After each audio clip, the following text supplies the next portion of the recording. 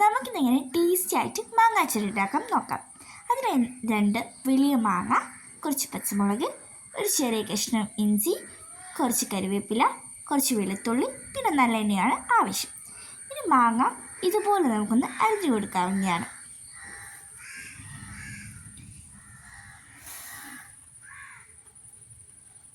പച്ചമുളകും അരിഞ്ഞു കൊടുക്കുക. ഇഞ്ചി കൂടി ഇങ്ങനെ അരിയണം. ഇനി നമുക്കൊരു പാന് വെച്ചിട്ട് പാന് ചൂടാകുമ്പോൾ അതിലേക്ക് നല്ലെണ്ണ ഒഴിച്ചു കൊടുക്കാവുന്നതാണ്.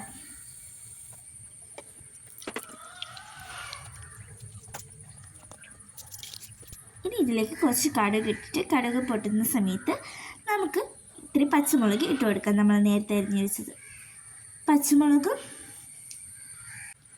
ഇനി ഇഞ്ചിയും വെളുത്തുള്ളിയും കറിവേപ്പില ചെറുതായി അരിഞ്ഞതും കൂടി ഇട്ട് കൊടുത്ത് നന്നായി നമുക്കൊന്ന് ഇളക്കാവുന്നതാണ്.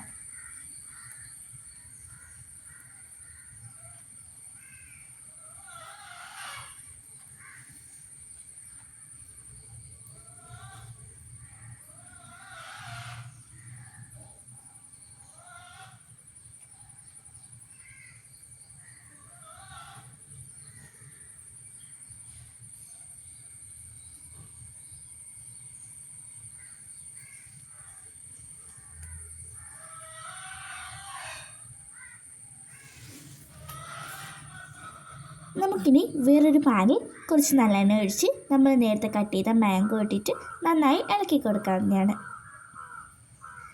അത് വേറൊരു പാത്രത്തിലേക്ക് ഞാൻ മാറ്റിയിട്ടുണ്ട്. നേരത്തെ നമ്മൾ വഴറ്റി വെച്ചത് കൂടെ ഇട്ട് നന്നായിട്ട് രണ്ടും മിക്സ് ചെയ്യണം.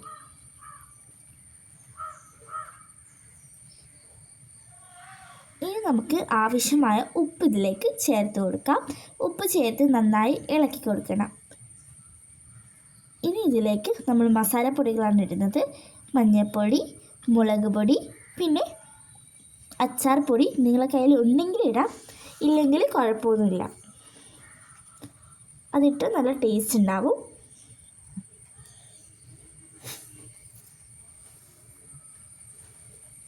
ഇനി നല്ലോണം കൂടിയിട്ട് നന്നായി മിക്സ് ചെയ്യാം. കുറച്ചുകൂടെ ഇവിടെ നമ്മൾ അച്ചാർ പൊടി ഇട്ടിട്ടുണ്ട്. ഇനി നമുക്ക് ഇതിലേക്ക് വിനാഗിരി ആഡ് ചെയ്ത് കൊടുക്കാം. ഇനി നന്നായി മിക്സ് ചെയ്യണം. ഇനി കുറച്ച് കടുക് നമുക്കൊന്ന് പൊടിച്ചെടുക്കാം. അത് ഇതിലേക്ക് ആഡ് ചെയ്യാം. ഇനി ഒരു പാനിൽ പാന് ചൂടായാൽ ഉലുവ ഇടുക. പിന്നീട് നമുക്ക് ജീരകം കൂടി ആഡ് ചെയ്ത് കൊടുക്കുക. ഇത് നമ്മുടെ അച്ചാറിന് ടേസ്റ്റ് കിട്ടാൻ വേണ്ടിയിട്ടാണ്. ഇത് നമുക്ക് നമ്മുടെ അച്ചാറിൽ ആഡ് ചെയ്യാം. ഇനി ഒരു ചെറിയ കഷ്ണം വെള്ളം കൂടി ഇട്ട് നന്നായി ഇളക്കി കൊടുക്കാം.